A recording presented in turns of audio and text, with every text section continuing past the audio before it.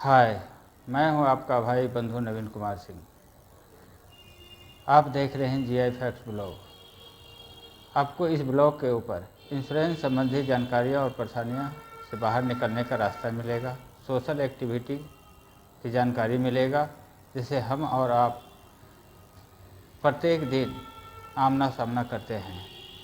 अगर आपको मेरा ये ब्लॉग, मेरा ये वीडियो ज्ञानवर्धक और अच्छा लगे तो मेरे इस ब्लॉग को, मेरे इस वीडियो को लाइक, सब्सक्राइब और शेयर करना ना भूलें।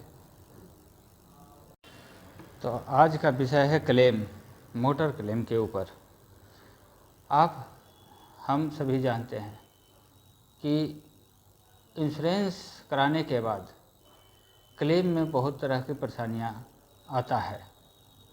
ऐसा नहीं है कि नहीं आता, लेकिन हमारे जागरूकता की कमी की वजह से आता है। हमें ये नहीं पता होता कि हमें कौन कौन सा डॉक्यूमेंट्स कैरी करना है। तो आज हम क्लेम में डॉक्यूमेंट्स के ऊपर बात करेंगे कि हमें कौन कौन सा पेपर्स कैरी करना चाहिए, कौन कौन सा पेपर हमें हर वक्त रखना चाहिए, वो कभी फेल ना हो, बल्कि एनी टाइम इफ़ेक्टिव मोड में हो। तो पहला टू व्हीलर के लिए जान लेते हैं। टू व्हीलर के लिए आरसी मस्ट है। इंश्योरेंस आपने करा रखा है तो स्वाभाविक है कि इंश्योरेंस का पेपर आपके पास होगा। पॉल्यूशन और ड्राइविंग लाइसेंस, ये चार पेपर आपको हर वक्त इफ़ेक्टिव मोड में रखना है, फेल ना हो ये पेपर, और जेन्युइन पेपर आपको हर वक्त अपने पास कैरी करना है। अब आ जाते हैं थ्री व्हीलर पे। थ्री व्हीलर के ऊपर भी आपके पास आरसी ऑलरेडी होगा। इंश्योरेंस अगर आपने करा रखा तो इंश्योरेंस आपके पास है। पॉल्यूशन आपके पास होना चाहिए, फिटनेस होना चाहिए, और परमिट होना चाहिए, टैक्स टोकन होना चाहिए। और लाइसेंस थ्री व्हीलर का अलग से होता है, जिसमें मेंशन होता है थ्री व्हीलर। तो ये डॉक्यूमेंट्स आपको थ्री व्हीलर के लिए रखना है। अब फोर व्हीलर में ट्रैक्टर पे आते हैं। अक्सर ट्रैक्टर में शिकायतें लोगों को होता है कि क्लेम नहीं मिलता। अब देखिए, ट्रैक्टर एक ऐसा प्रोडक्ट है जो कमर्शियल रजिस्ट्रेशन होता है, वो कभी एग्रीकल्चर रजिस्ट्रेशन नहीं होता। और हम उसे एग्रीकल्चर में यूज करते हैं, कमर्शियल यूज भी करते हैं। और लोगों के माइंड में होता है कि हमारा तो एग्रीकल्चर में यूज कर रहे हैं तो हमें कोई डॉक्यूमेंट कैरी करने की ज़रूरत नहीं है। ऐसा नहीं है। आपको रजिस्ट्रेशन जब ये ट्रैक्टर होता है उस वक्त ही उसमें साफ साफ लिखा होता है कमर्शियल। तो जब कमर्शियल है तो कमर्शियल का ही पेपर आपको कैरी करना है। उसमें आरसी आपके पास, जैसे ही गाड़ी आपने ट्रैक्टर ख़रीदा है तो आरसी ऑलरेडी आपके पास होगा। इंश्योरेंस आपने कराया है तो इंश्योरेंस आपके पास ऑलरेडी होगा। उसका प्रदूषण आपके पास होना चाहिए। उसके बाद फिटनेस, ट्रैक्टर में भी फिटनेस आपके पास होना चाहिए। अगर आप कमर्शियल एक्टिविटी करते हैं तो आपके पास परमिट भी होना चाहिए और टैक्स टोकन भी होना चाहिए। हालांकि आजकल टैक्स टोकन उसमें आरसी में ही इंक्लूडेड होता है, जो अब नया ट्रैक्टर पास हो रहे हैं उसमें। तो और ट्रैक्टर का जो लाइसेंस यूज होगा क्लेम के लिए, वो यूज होगा गुड्स कैरिंग का। भले ही आप चाहे उसको खेतों में यूज कर रहे हैं, उसमें फार लगा करके यूज कर रहे हैं, बट ट्रैक्टर डाला के साथ ही होता है, डाला उसमें इंक्लूड होता है। डाला लोग करवाते हैं, चाहे करवाएं ना करवाएं, डाला बॉडी ही वो उसका ट्रैक्टर होता ही ऐसा कि उसमें डाला यूज होता है। तो इसलिए वो सिक्स व्हीलर के अंदर आता है, गुड्स ढोने के यूज में आता है। आपको कैरी जो करना है, आपको हर वक्त लाइसेंस रखना है, वो गुड्स कैरिंग का लाइसेंस रखना है।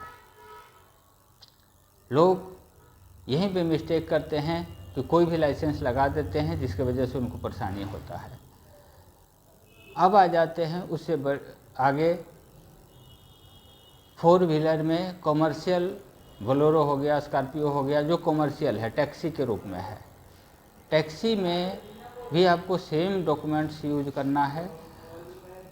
आरसी रखना है, इंश्योरेंस रखना है, प्रदूषण रखना है, टैक्स टोकन रखना है, परमिट रखना है, फिटनेस रखना है। और लाइसेंस, इसमें प्रोफेशनल वर्ड यूज हुआ रहेगा, प्राइवेट वर्ड का जो लाइसेंस होगा वो नहीं चलेगा। अगर प्राइवेट वर्ड का होगा तो क्लेम रुक जाएगा। अब इसी में 4 व्हीलर में, प्राइवेट में तो सेम जैसे 2 व्हीलर में यूज हो रहा है कि आरसी, प्रदूषण, इंश्योरेंस, लाइसेंस। यहाँ पे ड्राइविंग लाइसेंस प्राइवेट भी चलेगा। उसके बाद 4 व्हीलर में ही गुड्स कैरिंग के अंदर बोलेरो वगैरह हो गया, इस कैटेगरी का जो 2500 केजी तक का है, उसमें आपका आरसी, इंश्योरेंस, प्रदूषण, फिटनेस, परमिट, टैक्स टोकन और लाइसेंस यहाँ भी प्रोफेशनल यूज हो जाएगा, चलेगा। गुड्स कैरिंग हो तो अति उत्तम, अगर हेड भी है आपके पास तो अति उत्तम, नहीं तो प्रोफेशनल भी इफ़ेक्टिव होगा।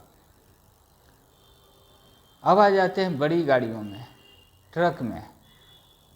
ट्रक में आपको हर वक्त RC, insurance, fitness, permit, heavy licence आपके पास होना चाहिए, प्रदूषण, टैक्स टोकन, ये सारे डॉक्यूमेंट्स की रिक्वायरमेंट होगा।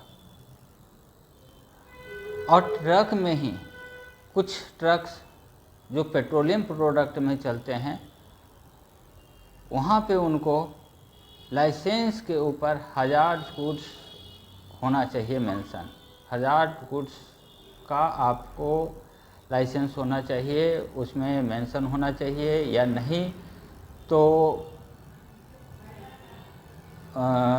ट्रेनिंग का, जहाँ पे आपने हज़ार्ड गुड्स व्हीकल चलाने का, ट्रक चलाने का ट्रेनिंग लिया है, उस ट्रेनिंग का सर्टिफिकेट भी कम से कम आपके पास होना चाहिए, तो यहाँ पे क्लेम इफेक्टिव होता है। अदरवाइज क्लेम रुकने की चांसेस ज़्यादा होती है।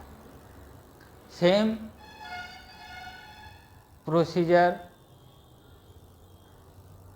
यूज होता है टैंक लॉरी वगैरह में, ऑक्सीजन जो ढोने वाली ट्रकें हैं, टैंक लॉरी है, ये सभी में, या जितने तरह का पेट्रोलियम प्रोडक्ट हैं ढोने वाला, ऐसा नहीं कि सिर्फ ये सीएनजी ढोने वाला हो या एलपीजी ढोने वाला ट्रकें हैं उसमें यूज होगा, बल्कि पेट्रोलियम प्रोडक्ट्स का जितने भी ढोने वाहन करने वाले हैं गाड़ियाँ, वो सभी पे ये लागू होगा।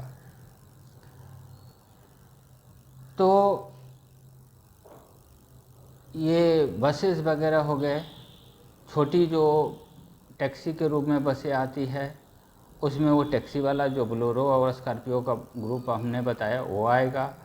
बड़ी बसें जो रूट बस के रूप में होता है, उसमें